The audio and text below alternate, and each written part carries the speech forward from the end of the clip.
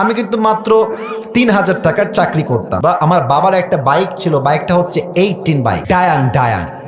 এত ঝাংড়ি বাইক আমি জন্মেও দেখি নাই।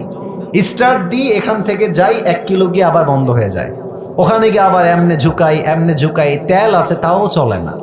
তবুও কোন মতে ঠেলে ঠুলে চালাইছি কয়েক মাস যাব। আচ্ছা, একটা পর্যায়ে গিয়ে এমন একটা অবস্থা হলো আমার পকেটের, যে তেল যে ভরবো বাইকে ওই টাকা আমার পকেটে নাই। তা আব্বাকে বললাম, আব্বা मैं माफ़ी भी मांगता हूँ, দোয়া भी मांगता हूँ, আমার দ্বারা এই বাইক আর চলবে না, তোমার বাইক তুমিই রাখো। তা আব্বা বললো, কি করব বাইকটা, আমার পায়ে তো ব্যথা, আমি তো হার্টের রোগী, এটা কি সেল করে দিব?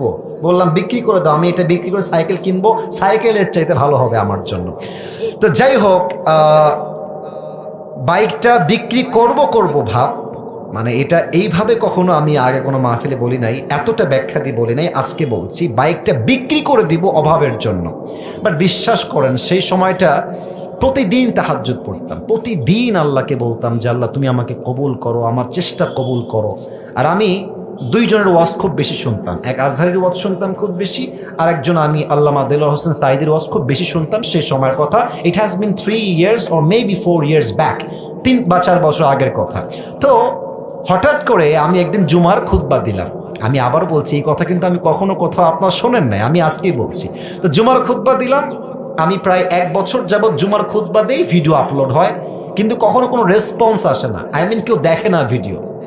এই 10টা-20টা লাইক পড়ে, 2-1জন কমেন্ট করে মাশাআল্লাহ, আমি তাতেই খুশি, আলহামদুলিল্লাহ, 2-1জন দেখলে আমার জন্য এনাফ, বা আমার খুশি কারণ হয়ে যাবে। তো আমার মনে আছে হঠাৎ করে একটা ভিডিও আপলোড হলো আমাকে নিয়ে, মাশাআল্লাহ, ভিডিওর টপিক খুব ভালো ছিল, লাখ লাখ রিচ হয়ে গেল, একদিনেই মনে করেন যে 10-20 লাখ মানুষ দেখে ফেললো সেই ওয়াজটা।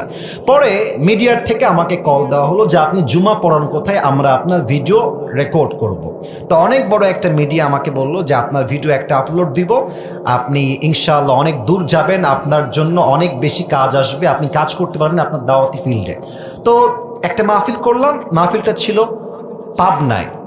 মাহফিল ছিল কোথায়? পাবনায়। তো পাবনায় গেলাম, আমি হলাম 3 নাম্বার বক্তা, দ্বিতীয় বক্তা না, 3 নাম্বার। তো আমাকে যখন ওয়াজে দেওয়া হলো, দ্বিতীয় বক্তা খুবই রাগ, আমার টাইমটা তাকে কেন দেওয়া হচ্ছে, ওকে তো দিয়ে কাজ হবে না, ওকে নামান, একে দিয়ে কাজ হবে না, এটা 3 বছর আগের কথা, বেশি না, 3 বা 4 বছর আগের কথা।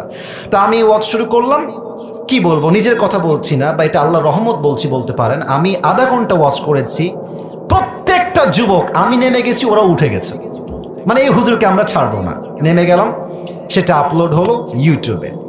হঠাৎ করে একদিন আমার বাসা ছিল রাজশাহীতে, রাজশাহীর আমাদের মেইন শহরে বাসা, আমার আব্বা জুমার খতিব এবং আমার আব্বা একটা মাদ্রাসার প্রিন্সিপাল।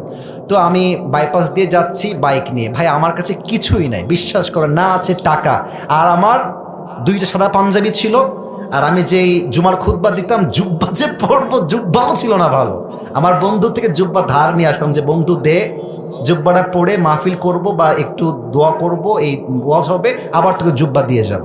তো আমি এই অবস্থায় মাহফিলের জন্য বা রাস্তা দিয়ে হাঁটতেছি, তো হঠাৎ করে আমার কাছে একটা কল আসলো, বললো আপনি কি আবরারুল হক আসিফ বলছেন?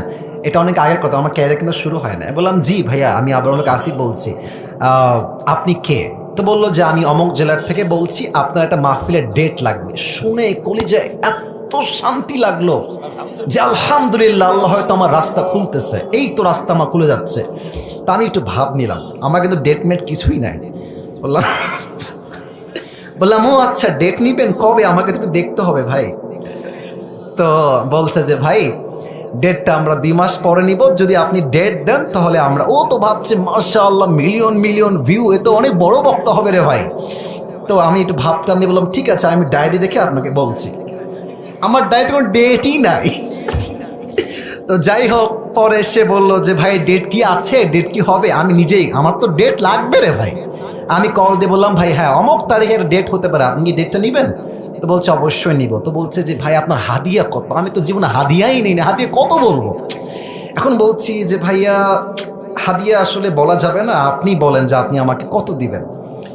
তো আমার বেতন কিন্তু ভাই মাত্র 3,000 টাকা, এবং 3,000 টাকা এত কম আমার জন্য, বাইকের তেল ভরতে আমার 3,000 টাকা শেষ হয়ে যায়, খাবো কি আর পরবো কি।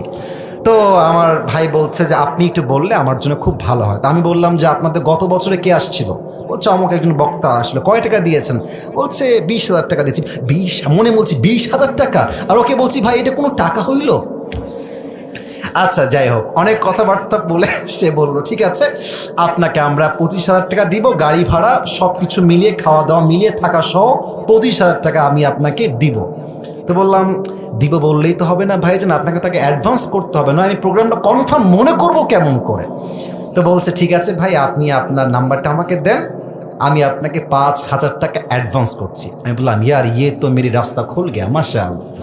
তো বলছে ঠিক আছে আমি আপনাকে দিচ্ছি, নাম্বারটা আমাকে পাঠান। তো নাম্বার দিলাম, 3 দিন কোনো খবর নাই। মনটা আবার খারাপ, জানলাম ডেটটা কি তাহলে পাবোই না। তো 3 দিন পরে আবার আমার ভাই কল দিয়ে বলছে প্রিয় ভাই আপনাকে তো আমি টাকা দিব, বাট আমি টাকা তুলতে পারি নাই এলাকার থেকে, তাই টাকাটা দিতে পারি নাই। তো মাশাআল্লাহ সবাই আমাকে টাকা দিয়ে দিয়েছে, আপনার নাম্বারে আমি এখনই টাকা পাঠাচ্ছি। তা আমাকে ওই প্রথম মাহফিলের জন্য 5,000 টাকা অ্যাডভান্স দেওয়া হয়, এবং 5,000 টাকায় আমি আমার আব্বা আম্মাকে দিয়ে দিয়েছি। যাও তোমরা নাও। বিশ্বাস করেন ওই যে আমার জার্নি শুরু হলো, আল্লাহু আকবার, কি বলবো। এখন এমন একটা দিন নাই যেই দিন শত শত কল আসে না, আসিফ হুজুরকে লাগবে আপনাদের কি, আমাকে বলে 3 লাখ নিবেন, 2 লাখ নিবেন, 1.5 লাখ নিবেন, কত খালি বলেন না আপনাকে আমরা চাই। আপনি বলবেন হুজুর আপনি এত লম্বা স্টোরি কেন বললেন? 1 ঈমান, 2 হচ্ছে তাকওয়া। এই 2টা থাকলে বান্দার সফলতাকেও আটকায় রাখতে পারে না, ঠিক কিনা বলে? ওয়ারযুকুহু মিন হাইথু লা ইয়াহতাসিব, তোমার রিজিক আমি এমন জায়গার থেকে দিব তুমি কখনো কল্পনাই করতে পারবে না। আল্লাহু আকবার।